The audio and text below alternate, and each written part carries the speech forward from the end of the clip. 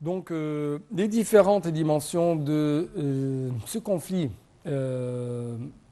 concernant l'occupation israélienne, la résistance palestinienne, concernant l'armée de l'occupation israélienne, la civile ou les civils palestiniens, concernant avant tout ça quand même le rejet total lancé à maintes reprises par l'Égypte en ce qui concerne la liquidation de la cause palestinienne, en ce qui concerne le déplacement forcé visé par l'armée de l'occupation israélienne.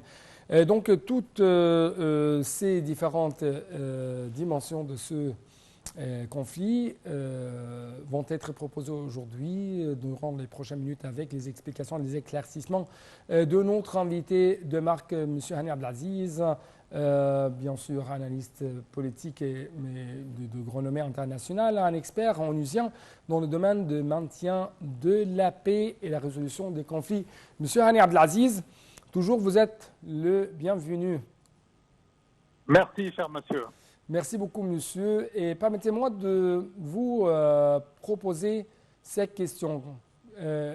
Comment vous avez vu devant le Congrès américain, une délégation de la Congrès ou du Congrès américain, Monsieur le Président a rejeté une autre fois la liquidation, la tentative plutôt visant à liquider la cause palestinienne, a rejeté les tentatives visant à déplacer forcément les Palestiniens hors de leur terre. Eh bien, d'abord, je voudrais vous remercier pour avoir posé cette question qui est le cœur du sujet. Parce que l'on parle tout le temps d'aide humanitaire, l'on parle tout le temps de cessez-le-feu temporaire ou d'un cessez-le-feu plus ou moins permanent, etc., etc. La question n'est pas là. Le cœur du sujet, c'est l'objectif israélien de liquider totalement la cause palestinienne, l'interdiction de la création d'un État palestinien sur un même pied d'égalité, même si ce ne le fait pas, et les ambitions soraïques israéliennes dont la majorité du peuple israélien est convaincue que le Grand Israël soit s'étendre de Nil à l'Euphrate. Dans la Torah, il est bien écrit du fleuve d'Égypte à l'Euphrate. C'est ça le cœur de sujet dont vous parlez et qui doit être l'essence de toute discussion. Je peux comprendre qu'on puisse agir, procéder par étapes en cessant le feu avec de l'aide humanitaire qui est indispensable, etc., etc. Mais comment allons-nous faire revivre, je ne dis pas un processus de négociation parce que les Israéliens n'en veulent pas. Depuis Oslo, 17 ans ont été passés et rien n'a été fait du tout. Et je dis bien rien du tout. Qu'allons-nous faire pour pouvoir voir un État palestinien, je dis sur le même pied d'égalité, mais dans la paix et la justice, l'égalité pour tous. Voilà l'essence du problème, comme vous l'avez posé. Ouais. Et je ne vois pas malheureusement la moindre tentative pour l'instant d'aller dans ce sens-là. Le sujet n'est même pas mis sur la table. Tout ce qu'on discute, c'est que va-t-il se passer après la guerre à Gaza. Mais qu'en est-il de la cause palestinienne dans son ensemble et le droit de ce peuple de vivre en dignité, correctement, en paix, en respectant la paix des autres et en se faisant respecter aussi. Comment?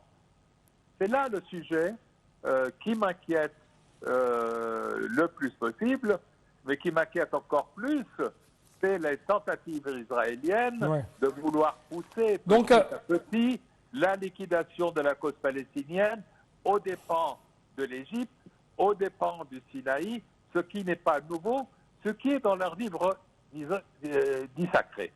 Donc c'est un message très fort lancé par M. le Président à l'encontre de ces déclarations extrémistes faites par les grands responsables, deux hauts responsables extrémistes là-bas en Israël, concernant il n'y a pas de Palestiniens, il n'y a pas un État palestinien, il n'y a pas un peuple palestinien. Et il faut que cette question soit liquidée et que les Palestiniens soient distribués dans presque 7 pays arabes et ainsi de suite. Donc c'est un message fort et c'est une position tout à fait claire de la part de l'Égypte. Il y aura un État palestinien indépendant et pas question de liquider la cause palestinienne. Une autre question concernant la sécurité arabe et la sécurité de la mer Rouge, comme vous avez vu, le Liban a connu hier un assassinat de Salah al-Arouri, le numéro 2 du Hamas au sein du Liban. Et par conséquent, on trouve qu'il y avait des appels à un cessez-le-feu à l'égard de l'Israël, mais plutôt Israël a commencé le nouvel an par des bombardements et des agressions sans relâche contre la bande de Gaza, contre les Palestiniens civils dans la bande de Gaza, mais aussi a concentrer cette fois-ci ces bombardements ou son ciblage au sein du Liban pour liquider un cadre très important au sein du Hamas. Comment... C'est une question, monsieur, qui a plusieurs aspects. Ouais. Tout d'abord, l'extension du conflit vers le Liban. C'est-à-dire que des avions israéliens, ce qu'ils font régulièrement d'ailleurs, de violer l'espace aérien du Liban, c'est quotidien. L'espace aérien syrien aussi, c'est quotidien. Ils bombardent presque chaque semaine quelque chose et n'importe quoi en Syrie. Ouais. Donc, mais là, ils ont dépassé une question importante. C'est un assassinat ciblé vers un représentant politique, non armé, bien sûr. C'est un représentant politique, M. Salah al-Darouri. C'est un politicien qui œuvre pour la liberté du peuple auquel il appartient. Mais je voudrais rappeler tout de même combien d'autres assassinats ont été perpétués par les Israéliens contre des représentants du peuple palestinien durant les 10, 20 ou 15 dernières années. Combien? Je n'ai pas les noms, je n'ai pas le nombre, mais je sais que chaque année, il y a eu des assassinats ciblés faits en Jordanie, faits dans la bande de Gaza, contre des représentants pacifiques, même un cheikh qui était sur une chaire roulante, j'oublie son nom pour l'instant, a été assassiné. Un vieux monsieur, un très vieux monsieur, sur une chaise roulante.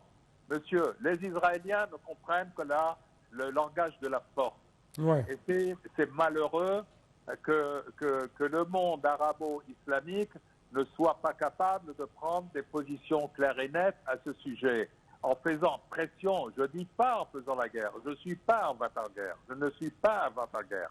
Mais il faut faire les pressions qu'il faut et les pressions sérieuses, que ce soit par l'utilisation on trouve par exemple, M. Hani Abdelaziz, est-ce Oui. qu'on trouve par exemple que la France officiellement a dit qu'il ne faut pas avoir des actes escalatoires de la part d'Israël envers la région, envers et avec plus de précision le Liban. Mais est-ce que, jusqu'à quand Israël va faire la sourde oreille à tous les appels? Ah bah, c'est très bien, c'est très bien. Vous arrivez, vous me poussez à dire mon opinion, et c'est une opinion personnelle. D'abord, la France n'est qu'un pays vassal des États-Unis, comme la Grande-Bretagne, comme l'Allemagne. Aucun problème.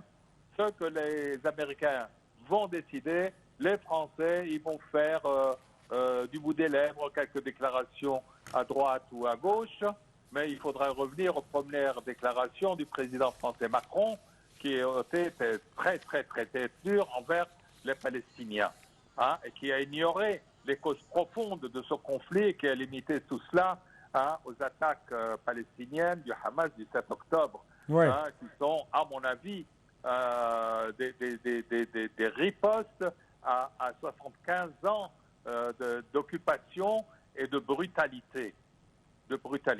La Ouais. solution n'est pas chez Israël. La solution vient des États qui soutiennent Israël avec les armes et les munitions. Ouais. Les munitions et les armes qui tuent les Palestiniens, qui ciblent les leaders palestiniens comme au Liban actuellement, sont des armes fabriquées aux États-Unis et en Europe et fournies presque gratuitement, c'est-à-dire sans prix, aux Israéliens. C'est là où l'effort doit être fait, que ce soit par les moyens diplomatiques, que ce soit par les pressions pétrolières, que ce soit par tout autre moyen économique. Peut-être qu'il y aurait un changement radical. Mais tout ce que je vois de la part de non, laissez-moi finir ça. Tout ce que je vois de la part de l'administration américaine et des gouvernements occidentaux est un demi-soutien du bout des lèvres, qui n'est pas suivi d'actes réels. Le seul acte réel serait un embargo immédiat sur toutes les armes à toutes les parties du conflit, que ce soit les Israéliens, que ce soit les Palestiniens, mais qu'on cesse d'envoyer des bombes qui tuent à longueur de journée. C'est la moindre des choses à faire pour que ces pays occidentaux soient crédibles et soient sincères dans leurs objectifs. Monsieur Hani Abdelaziz, je dois vous remercier infiniment pour de tels éclaircissements de votre réponse qui concerne ces différentes dimensions concernant cette escalade, ces guerres très agressives perpétrées par Israël et par l'occupation israélienne contre les Palestiniens dans la bande de Gaza et cette extension de ce conflit pour toucher le Liban directement. Donc, notre deuxième sujet à discuter pendant les prochaines minutes, ça sera l'adhésion d'une manière officielle de l'Égypte à ce bloc de BRICS. Les explications, les éclaircissements en ce qui concerne cette adhésion seront contenus dans ce reportage de Salman Marabi.